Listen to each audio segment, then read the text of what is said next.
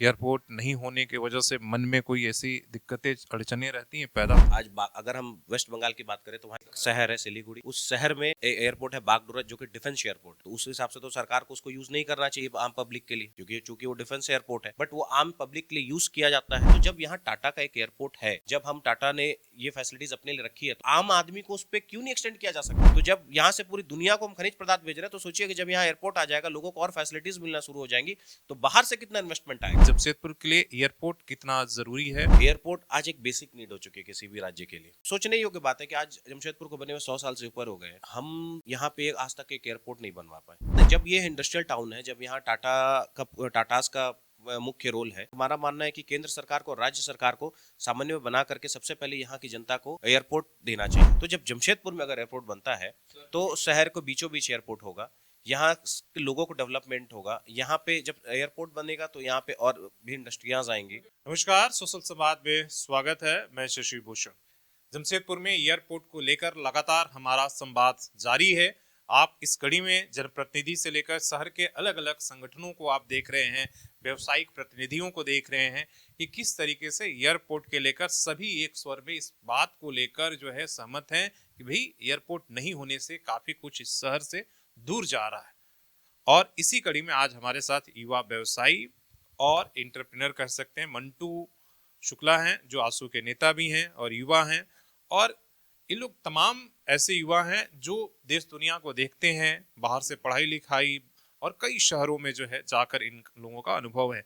तो समझते हैं कि भाई युवा क्या सोचता है जो बाहर से शहर की तरफ लौटता है, जो मेट्रो सिटी से जब शहर की तरफ लौटता है और यहाँ कुछ वो करना चाहता, तो क्या क्या दिक्कतें आती हैं, और खासकर जब एयरपोर्ट नहीं होता है। तो सबसे पहला कि भाई जमशेदपुर के लिए एयरपोर्ट कितना जरूरी है, आप लोगों के क्या अनुभव रहे? सबसे पहले तो मैं सोशल संवाद की सारी टीम को बहुत बधाई देता हूं कि आप लोगों ने इस मुद्दे को बहुत ज़ोर शोर से उठाया है इस शहर में, और जन जन की आवाज़ बनाने का प्रयास कर रहे हैं। और देखिए, सबसे बड़ी बात यह है कि एयरपोर्ट आज एक बेसिक नीड हो चुकी है किसी भी राज्य के लिए।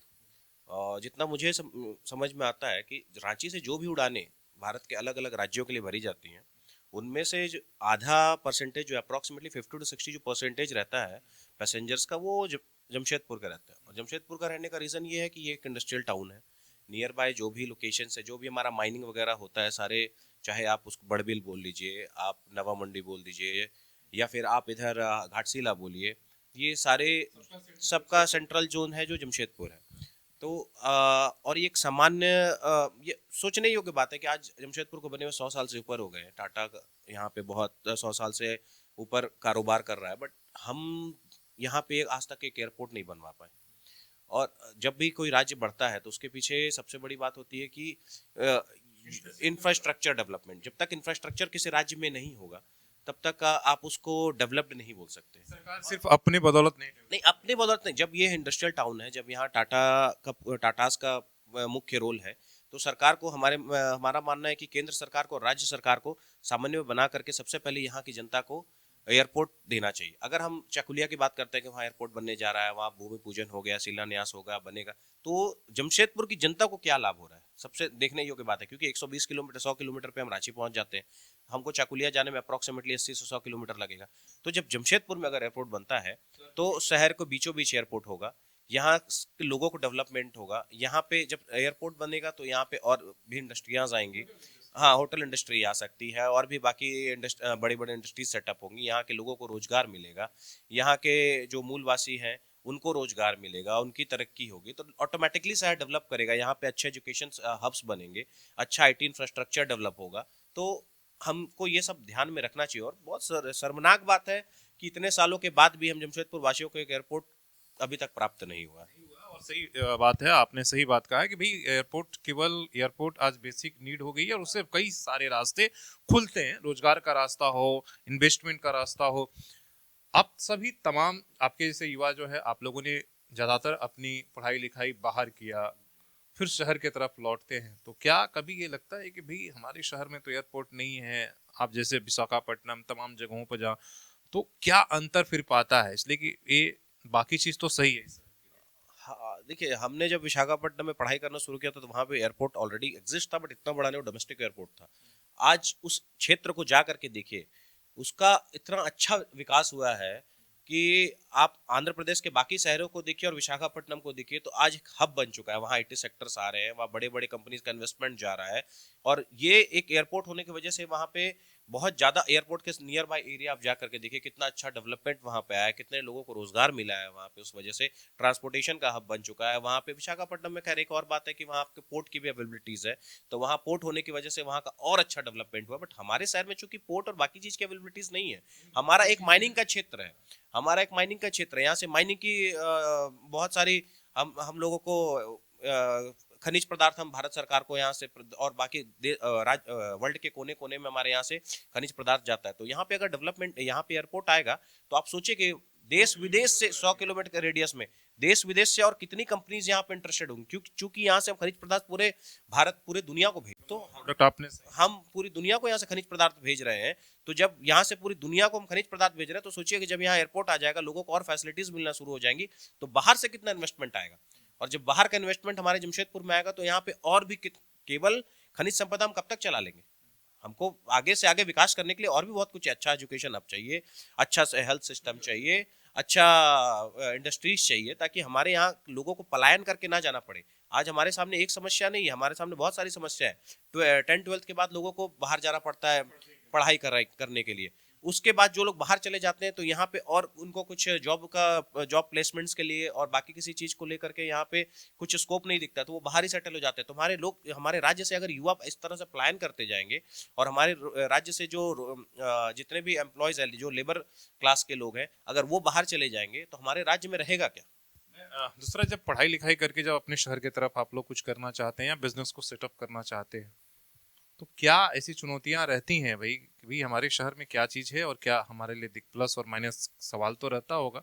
इसलिए कि हम जब बेंगलोर में कोई बिजनेस करते हैं तो क्या अपॉर्चुनिटी है, विशाखापट्टनम में करते हैं तो पूरी दुनिया वहाँ पर की मार्केट खुला हुआ, जब जमशेदपुर में हम आते हैं तो हालांकि आने वाले की संख्या बहुत कम है, इसलिए कि जो लोग बाहर निकल जाते हैं वो बहुत कम, लेकिन आपके जैसे लोग जब बाहर यहाँ लौट के अपने शहर में बिजनेस करना चाहते हैं, तो क्या एयरपोर्ट नहीं होने की वजह से मन में कोई ऐसी दिक्कतें अड़चने रहती हैं, पैदा होती हैं? बहुत ज्यादा।